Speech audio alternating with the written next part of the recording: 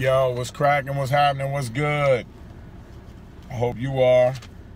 I hope you're doing good. I hope you're doing fine. I hope you feel that way all the time. Look, real quick, I only got a second. Luke 6:9. Luke 6:9. Is it lawful on the Sabbath to do good or to do evil, to save life or to destroy? Every law or commandment that God ever gave to his people, he gave for their own good, Deuteronomy 10:13. God takes no pleasure in laws that destroy or injure.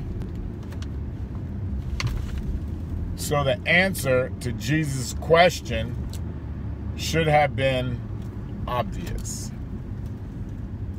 The answer should have been obvious.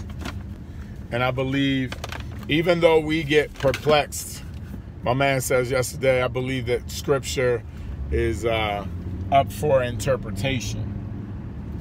And I agree, but I don't agree with everything.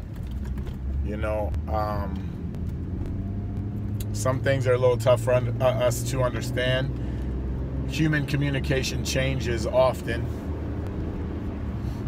Speech changes, generations, slangs, time goes by, things change. So if you're not in that culture at that time, it can be hard to understand. But some things I believe are very obvious, cut and dry. Ooh, I did actually make it. I thought I was going to run it, but I actually made the light. So,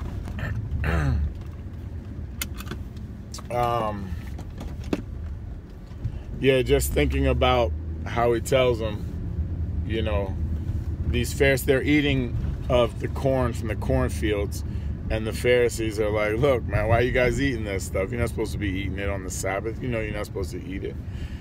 And so Jesus starts responding with, well, what about David when he ate the showbread when he was hungry? All right? Do you forget these other stories that help us to understand and have a better context of this foolishness that you're asking me? Man was not made for the Sabbath, or the Sabbath wasn't made for man, or however that's worded to make the most sense, that just because of a law that man has made, it doesn't mean that, you know, to defy common sense, I guess, right? It's the best way to explain it. But I like to pull out practical understanding and practical, useful information from the script. Oh man, that drives me bananas. It's a seatbelt reminder. Don't forget to wear your seatbelt. If I don't want to wear my seatbelt, just because somebody wrote a law and now I got to wear a seatbelt, because it's gonna save my life. I don't know, man. I don't know. Might injure it a little more.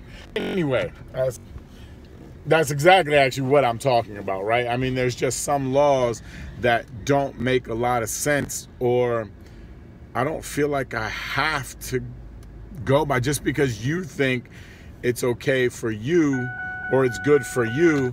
I mean, look at speed law is one that drives me the most bananas. Cops defy it all the time, but you're the enforcer. So what happens when the enforcer becomes the aggressor or the bully? It just ceases to make sense. Should change that coloring. There you go. That's my color.